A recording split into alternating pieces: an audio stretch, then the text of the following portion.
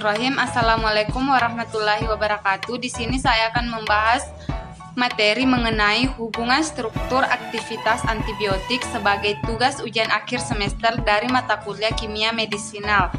Sebelumnya, perkenalkan, nama saya Asriani dengan NIM F2019-01134 dari kelas C3 Farmasi Universitas Mandala Waluya Kendari. Kita ke definisi antibiotik. Istilah antibiotik berasal dari kata antibiosis yang berarti melawan hidup. Istilah ini digagas oleh Fouilleymin yang mendefinisikan antibiosis sebagai konsep biologis kelangsungan hidup, di mana suatu organisme menghancurkan organisme lainnya demi bertahan hidup. Antibiotik adalah kelompok obat yang digunakan untuk mengatasi dan mencegah infeksi bakteri. Obat ini bekerja dengan cara membunuh dan menghentikan bakteri berkembang biak di dalam tubuh. Selanjutnya yaitu penggolongan antibiotik, di mana antibiotik digolongkan atas 3 jenis. Yang pertama berdasarkan spektrum aktivitasnya, kedua berdasarkan mekanisme kerjanya, dan terakhir berdasarkan struktur kimianya. Pertama, berdasarkan spektrum aktivitasnya, di mana terbagi lagi menjadi 2, yaitu antibiotik spektrum luas dan antibiotik spektrum sempit. Di mana antibiotik spektrum luas merupakan antibiotika yang efektif terhadap bakteri gram positif dan gram negatif. Dan adapun antibiotik spektrum sempit merupakan antibiotik yang efektif hanya pada bakteri gram positif atau bakteri gram negatif saja. Yang kedua yaitu antibiotik berdasarkan mekanisme kerjanya, di mana penggolongan atau klasifikasi antibiotika berdasarkan mekanisme kerjanya dibagi menjadi 5, yaitu yang pertama antibiotika yang menghambat sintesis dinding sel bakteri, yang kedua antibiotika yang bekerja langsung pada membran sel bakteri, mempengaruhi permeabilitas membran dan menyebabkan kebocoran sel.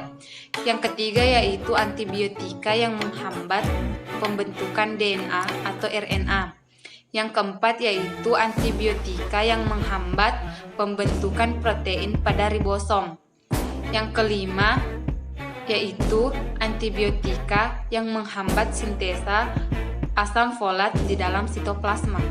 Yang terakhir yaitu antibiotika berdasarkan struktur kimianya. Berdasarkan struktur kimia, antibiotika dibagi menjadi 10 kelompok. Yang pertama yaitu antibiotika beta-laktan, diantaranya yaitu turunan penisilin, cefalosporin, dan beta-laktan non-klasik. Yang kedua yaitu turunan amfenikol. Yang ketiga turunan tetrasiklin. Keempat turunan aminoglikosida.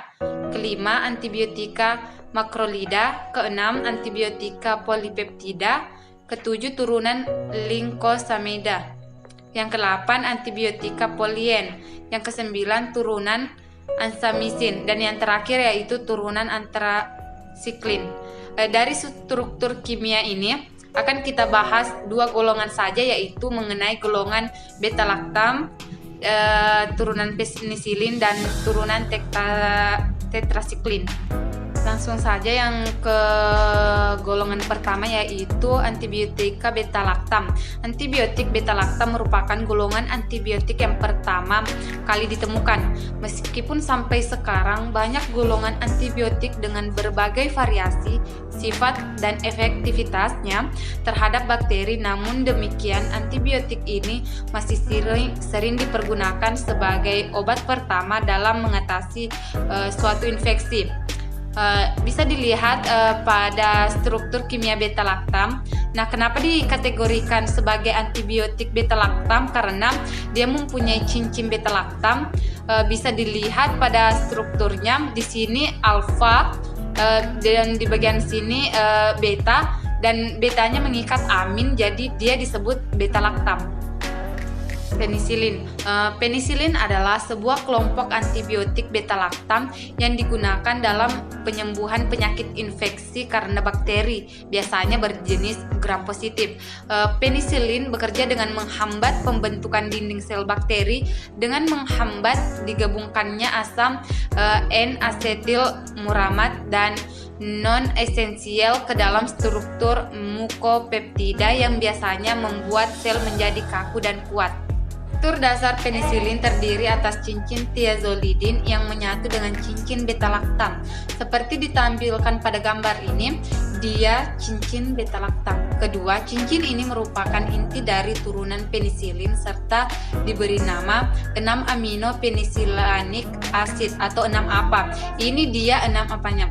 Berbagai turunan penisilin semisintesis kemudian diproduksi dengan memodifikasi rantai samping yang terikat pada 6-APA.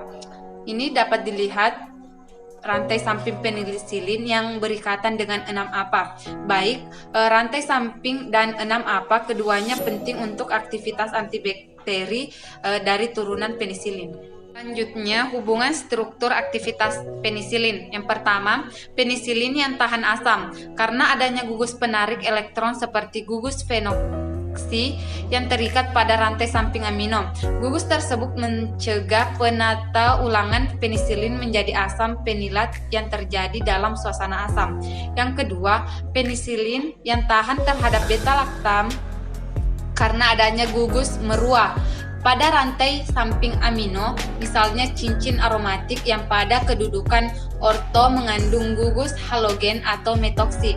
Yang ketiga yaitu penisilin dengan spektrum luas, yaitu karena ada gugus hidrofil seperti NH2 pada rantai samping sehingga menembus obat melalui pori saluran protein membran terluar bakteri gram negatif menjadi lebih besar. Keempat yaitu penisilin yang aktif terhadap bakteri gram negatif dan Pseudomonas aeruginosa disebabkan adanya gugus asidik pada rantai samping seperti COH, SO3H, dan NHCO3.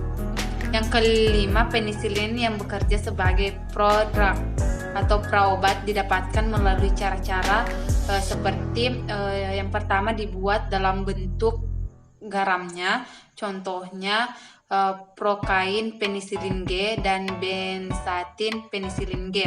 Yang kedua yaitu menutupi gugus amino bebas, misalnya yang terdapat pada struktur ampicillin dengan membentuk garam amida yang akan diurai kembali pada in vivo, contohnya piperacillin, acetylacillin, meslocillin, dan apalcillin.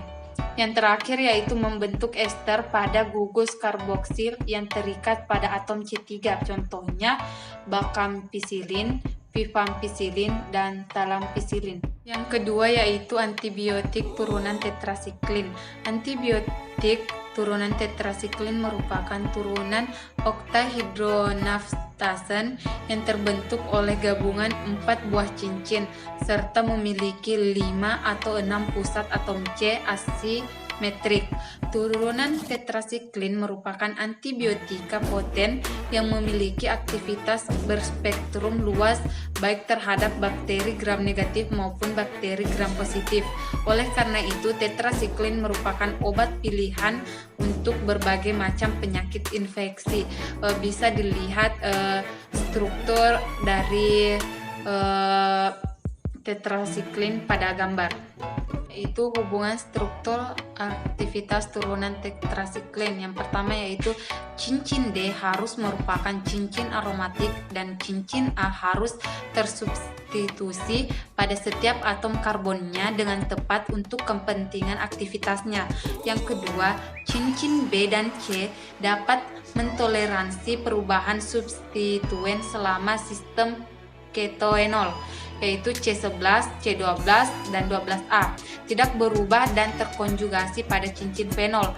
Yang ketiga yaitu cincin B, C, D fenol merupakan sistem ketoenol yang sangat penting dan cincin A harus memiliki sistem ketoenol yang terkonjugasi. Secara spesifik, cincin A mengandung trikarbonil, suatu gugus bisphenol pada posisi C1, 2, dan 3. Struktur kimia penting lainnya untuk aktivitas antibakteri adalah pada gugus amin pada posisi C4 pada cincin A. Demikian yang dapat saya sampaikan, semoga dapat bermanfaat bagi kita semua. Mohon maaf jika ada salah kata dalam penyampaian materi, kurang dan lebihnya mohon dimaafkan. Akhirul kalam, wabillahi taufiq wal hidayah, wassalamualaikum warahmatullahi wabarakatuh.